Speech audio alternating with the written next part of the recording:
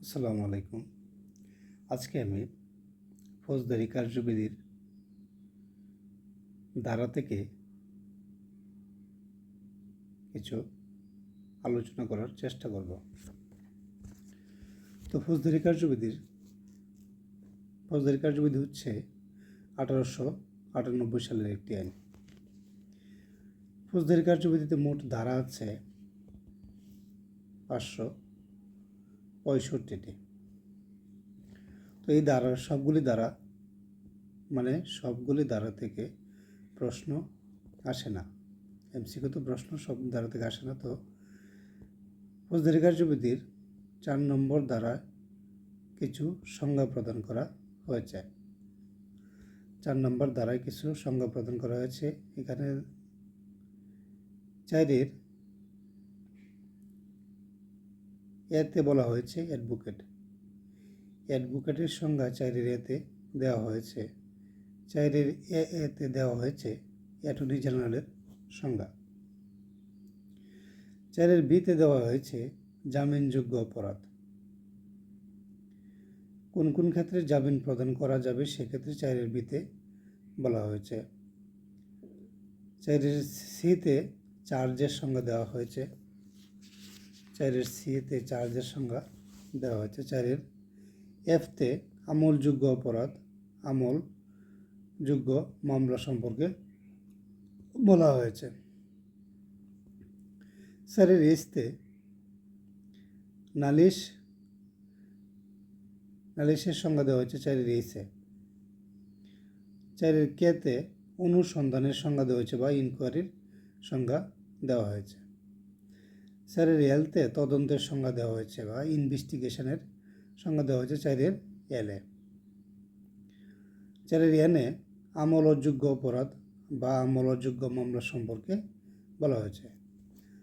4-এর ওতে অপরাধের সংজ্ঞা দেওয়া হয়েছে বা অফেন্সের সংজ্ঞা 4-এর ওতে দেওয়া হয়েছে।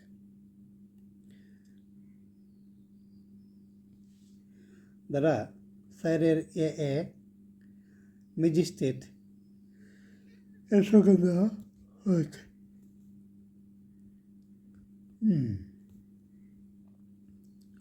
আচ্ছা, ধারা 6 ফৌজদারি আদালতের প্রকারভেদ সম্পর্কে বলা হয়েছে। ফৌজদারি আদালতের প্রকারভেদ সম্পর্কে ধারা 6 বলা হয়েছে। এখানে বলা হয়েছে ফৌজদারি আদালত 2 প্রকার। এক হচ্ছে দায়রা আদালত এবং ম্যাজিস্ট্রেট বৃন্দের আদালত। ফৌজদারি আদালত হচ্ছে 2 প্রকার। এক হচ্ছে দায়রা আদালত এবং ম্যাজিস্ট্রেট বৃন্দের আদালত। আবার ম্যাজিস্ট্রেটদের আদালত হচ্ছে 2 প্রকার। এক হচ্ছে প্রথম শ্রেণীর ম্যাজিস্ট্রেট এবং ম্যাজিস্ট্রেট বৃন্দের আদালত 2 প্রকার। এক হচ্ছে বিচারিক ম্যাজিস্ট্রেট এবং নির্বাহী ম্যাজিস্ট্রেট। ম্যাজিস্ট্রেটের আদালত হচ্ছে 2 প্রকার। এক হচ্ছে বিচারিক ম্যাজিস্ট্রেট আর একটা হচ্ছে নির্বাহী ম্যাজিস্ট্রেট। তো বিচারিক ম্যাজিস্ট্রেট আবার 4 প্রকার। বিচারিক ম্যাজিস্ট্রেট 4 প্রকার। ক হচ্ছে মেট্রোপলিটন এলাকার বা অতিরিক্ত চিফ মেট্রোপলিটন ম্যাজিস্ট্রেট এবং অন্যান্য এলাকাতেও চিফ বা অতিরিক্ত চিফ জুডিশিয়াল ম্যাজিস্ট্রেট থাকবে। 2 নম্বর হচ্ছে মেট্রোপলিটন এলাকার মেট্রোপলিটন ম্যাজিস্ট্রেট এবং অন্যান্য এলাকাতে প্রথম শ্রেণীর ম্যাজিস্ট্রেট থাকবে। 3 নম্বর হচ্ছে দ্বিতীয় শ্রেণীর ম্যাজিস্ট্রেট এবং 4 নম্বর হচ্ছে তৃতীয় শ্রেণীর ম্যাজিস্ট্রেট। মেট্রোপলিটন এলাকায় দ্বিতীয় ও তৃতীয় শ্রেণীর ম্যাজিস্ট্রেট নাই। মেট্রোপলিটন এলাকায় দ্বিতীয় এবং তৃতীয় শ্রেণীর ম্যাজিস্ট্রেট নাই।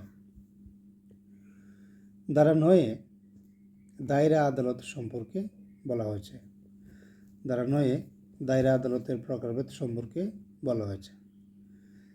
দায়রা আদালতে 3 শ্রেণীর বিচারক থাকবে। দায়রা আদালতে কয় শ্রেণীর বিচারক থাকবে? 3 শ্রেণীর বিচারক দায়রা আদালতে থাকবে। এক হচ্ছে দায়রা জজ, অতিরিক্ত দায়রা জজ এবং যুগ্ম দায়রা জজ। দায়রা আদালতে কয় শ্রেণীর বিচারক থাকবে? দায়রা আদালতে তিন শ্রেণীর বিচারক থাকবে। এক হচ্ছে দায়রা জজ, অতিরিক্ত দায়রা জজ এবং যুগ্ম দায়রা জজ। ধারা 10 বলেছে নির্বাহী ম্যাজিস্ট্রেট নিয়োগ। নির্বাহী ম্যাজিস্ট্রেট সম্পর্কে ধারা 10 বলা হয়েছে, সরকার বিসিএস এর সদস্যদেরকে নির্বাহী ম্যাজিস্ট্রেট হিসেবে নিয়োগ দিতে পারেন এবং নির্বাহী ম্যাজিস্ট্রেটদের মধ্য থেকে যে কোনো একজনকে জেলা ম্যাজিস্ট্রেট হিসেবে নিয়োগ দিতে পারেন। কি বলেছি? সরকার বিসিএস প্রশাসনের সদস্যদের নির্বাহী ম্যাজিস্ট্রেট হিসেবে নিয়োগ দিতে পারেন এবং নির্বাহী ম্যাজিস্ট্রেটদের মধ্য থেকে যে কোনো একজনকে জেলা ম্যাজিস্ট্রেট হিসেবে নিয়োগ দিতে পারেন। ধারা 11 হচ্ছে জুডিশিয়াল ম্যাজিস্ট্রেট। ফৌজদারি কার্যবিধির 11 ধারা হচ্ছে জুডিশিয়াল ম্যাজিস্ট্রেট। রাষ্ট্রপতি কর্তৃক প্রণীত বিধিসমূহ দ্বারা বিজিএসসি এর সদস্যদের মধ্য থেকে জুডিশিয়াল ম্যাজিস্ট্রেট নিয়োগ দেওয়া হয়। অনুচ্ছেদ 133 গণপ্রজাতন্ত্রী বাংলাদেশ সংবিধান। রাষ্ট্রপতি বিচারিক ম্যাজিস্ট্রেট নিয়োগ দেন।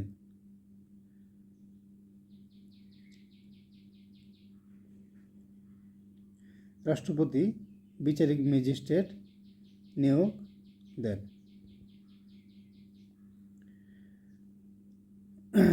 ধারা 12 হচ্ছে বিশেষ ম্যাজিস্ট্রেট। ফৌজদারি কার্যবিধির ধারা 12 হচ্ছে বিশেষ ম্যাজিস্ট্রেট। বিশেষ ম্যাজিস্ট্রেটকে নিয়োগ দেওয়া হয়, সেটা হচ্ছে সরকার মেট্রোপলিটন এলাকার বাহিরে নির্বাহী ম্যাজিস্ট্রেটদের উপর বিশেষ ক্ষমতা অর্পণ করলে তখন তিনি বিশেষ ম্যাজিস্ট্রেট বলে গণ্য হবেন এবং হাইকোর্ট বিভাগের সাথে পরামর্শক্রমে প্রথম, দ্বিতীয় বা তৃতীয় শ্রেণীর ম্যাজিস্ট্রেটদের উপর বিশেষ ক্ষমতা অর্পণ করলে তখন তারাও বিশেষ ম্যাজিস্ট্রেট বলে গণ্য হবে।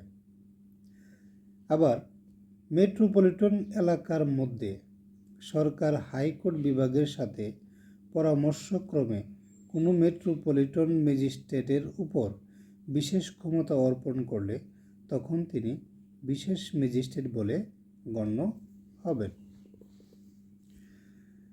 ধারা 18 হচ্ছে ফৌজদারি কার্যবিধির 18 ধারায় মেট্রোপলিটন ম্যাজিস্ট্রেট নিয়োগ সম্পর্কে বলেছে। ফৌজদারি কার্যবিধির 18 ধারায় মেট্রোপলিটন ম্যাজিস্ট্রেট নিয়োগ সম্পর্কে বলেছে। এখানে বলা হয়েছে প্রত্যেক মেট্রোপলিটন এলাকাতে বিজিএসসি এর সদস্যদের মধ্য থেকে চিফ মেট্রোপলিটন ম্যাজিস্ট্রেট, অতিরিক্ত চিফ মেট্রোপলিটন ম্যাজিস্ট্রেট এবং অন্যান্য ম্যাজিস্ট্রেটগণ নিয়োগ প্রাপ্ত হবেন। সরকার এক বা একাধিক অতিরিক্ত চিফ মেট্রোপলিটন ম্যাজিস্ট্রেট নিয়োগ করতে পারেন। ধারা 22 বলেছে মফস্বলের জন্য জাস্টিস অব দ্য পিস। মফস্বলের জন্য জাস্টিস অব দ্য পিস সম্পর্কে ধারা 22 বলা হয়েছে। এখানে বলা হয়েছে সরকার সরকারি গ্যাজেট প্রজ্ঞাপনের দ্বারা বাংলাদেশের বাসিন্দা বা এবং কোনো বিদেশি রাষ্ট্রের নাগরিক নহেন এমন যে কোনো উপযুক্ত ব্যক্তিকে প্রজ্ঞাপনে উল্লেখিত স্থানীয় এলাকার জন্য বা এলাকার মধ্যে জাস্টিস অব দ্য পিস নিয়োগ করতে পারবেন। ধারা 25 বলেছে পদাধিকার বলে জাস্টিস অব দ্য পিস। পদাধিকার বলে জাস্টিস অব দ্য পিস সম্পর্কে ফৌজদারি কার্যবিধির 25 ধারায় বলেছে। এখানে বলা হয়েছে সুপ্রিম কোর্টের বিচারপতিগণ পদাধিকার বলে সমগ্র বাংলাদেশের জাস্টিস অব দ্য পিস। দায়রা জজ, chief judicial magistrate, chief judicial এবং মেট্রোপলিটন ম্যাজিস্ট্রেটগণ পদাধিকার বলে নিজ নিজ এলাকার জন্য জাস্টিস অব দ্য পিস। ধারা 29 বলেছে 29 বিতে বলেছে কিশোরদের ক্ষেত্রে এখতিয়ার। কিশোরদের ক্ষেত্রে এখতিয়ার সম্পর্কে ফৌজদারি কার্যবিধির 29-এর বিতে বলেছে। এখানে বলা হয়েছে মৃত্যুদণ্ড বা যাবজ্জীবন কারাদণ্ডে দণ্ডনীয় অপরাধ ব্যতীত মৃত্যুদণ্ড বা যাবজ্জীবন কারাদণ্ডে দণ্ডনীয় অপরাধ ব্যতীত অন্য কোনো অপরাধীর বয়স 15 বৎসরের কম হলে তার বিচার যে কোনো চিফ জুডিশিয়াল ম্যাজিস্ট্রেট বা চিফ মেট্রোপলিটন ম্যাজিস্ট্রেট করতে পারবেন। ফৌজদারি কার্যবিধির 29-এর সি দ্বারায় বলেছে মৃত্যুদণ্ডে দণ্ডনীয় নহে এমন অপরাধের ক্ষেত্রে এখতিয়ার। মৃত্যুদণ্ডে দণ্ডনীয় নহে এমন অপরাধের ক্ষেত্রে এখতিয়ার হচ্ছে 29-এর সি দ্বারা বলেছে। এখানে বলা হয়েছে সরকার হাইকোর্ট বিভাগের সাথে পরামর্শক্রমে chief metropolitan magistrate, chief judicial magistrate বা অতিরিক্ত চিফ জুডিশিয়াল ম্যাজিস্ট্রেটকে মৃত্যুদণ্ডে দণ্ডনীয় নয় এমন সকল অপরাধের বিচার করার ক্ষমতা অর্পণ করতে পারেন এবং মেট্রোপলিটন ম্যাজিস্ট্রেট বা প্রথম শ্রেণীর ম্যাজিস্ট্রেটকে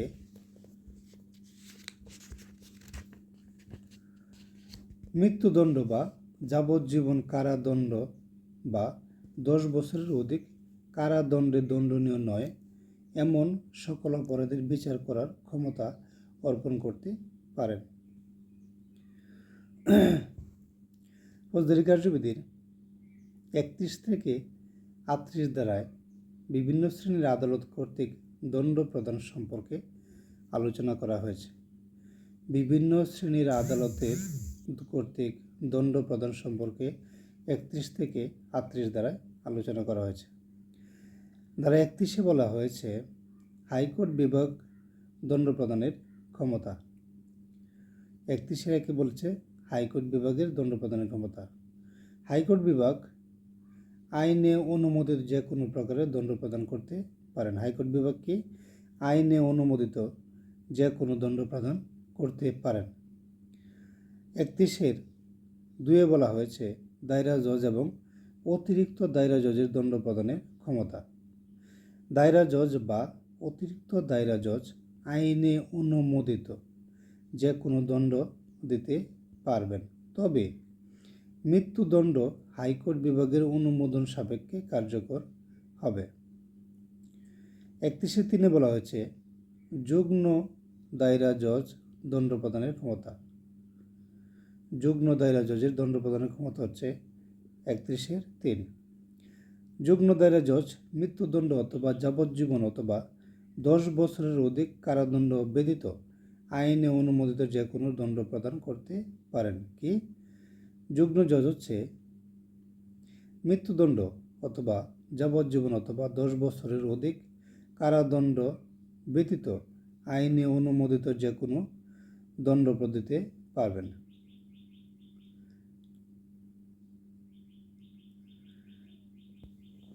ধারা 32-এ বলা হয়েছে ম্যাজিস্ট্রেটের দণ্ড প্রদানের ক্ষমতা। মেট্রোপলিটন ম্যাজিস্ট্রেট এবং প্রথম শ্রেণীর ম্যাজিস্ট্রেট আইনে অনুমোদিত নিঃসঙ্গ অবরোধ সহ অনধিক 5 বছরের কারাদণ্ড, অনধিক 10,000 টাকা অর্থদণ্ড, বেত্রাঘাত দিতে পারবেন।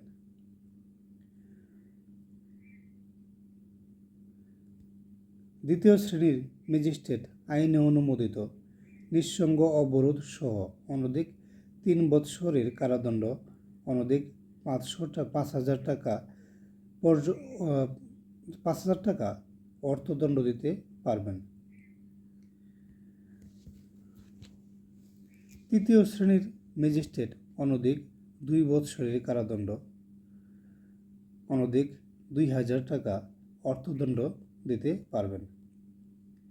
ধারা 33-এ বলা হয়েছে জরিমানা অনাদায়ে দণ্ড। ধারা 33-এ কি বলেছে? জরিমানা অনাদায়ে দণ্ড।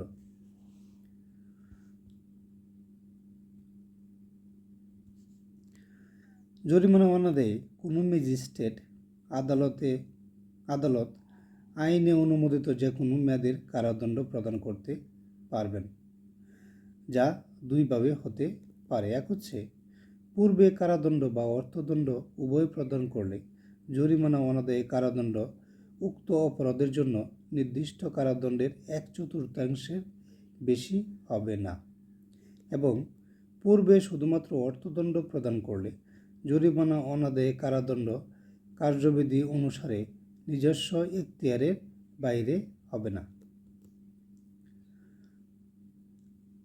ধারা 33-এর এ হচ্ছে বিশেষ ক্ষমতাপ্রাপ্ত ম্যাজিস্ট্রেটের দণ্ড প্রদানের ক্ষমতা।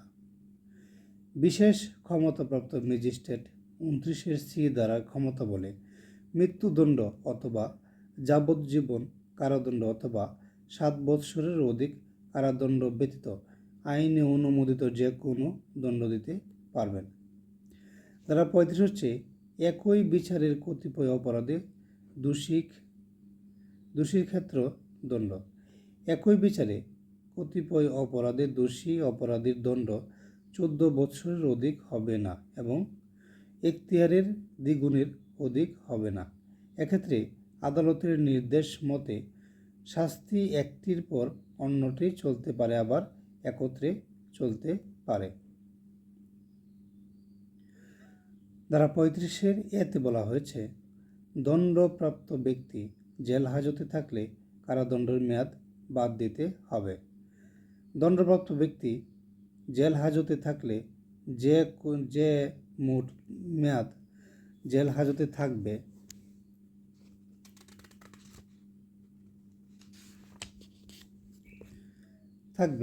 ওই মোট মেয়াদ প্রদত্ত কারাদণ্ডের মেয়াদ থেকে বাদ যাবে। জেল হাজতের মেয়াদ অধিক হয়ে গেলে তৎক্ষণাৎ মুক্তি দিতে হবে এবং অর্থদণ্ড হলে মকুব হয়ে যাবে। ধারা 42 বলেছে জনসাধারণ ম্যাজিস্ট্রেট ও পুলিশকে সাহায্য করবে। জনসাধারণ ম্যাজিস্ট্রেট ও পুলিশকে সাহায্য করবে, এটা বলা হয়েছে ধারা 42। কোনো ম্যাজিস্ট্রেট কিংবা কোনো পুলিশ অফিসার যুক্তিসঙ্গতভাবে সাহায্য চাইলে প্রত্যেক ব্যক্তি তাদেরকে সাহায্য করতে বাধ্য। প্রত্যেক ব্যক্তি তাকে সাহায্য করতে বাধ্য। তো আগামী ক্লাসে আমি গ্রেপ্তার পলায়ন ও পুনরায় গ্রেপ্তার সম্পর্কে আলোচনা করব।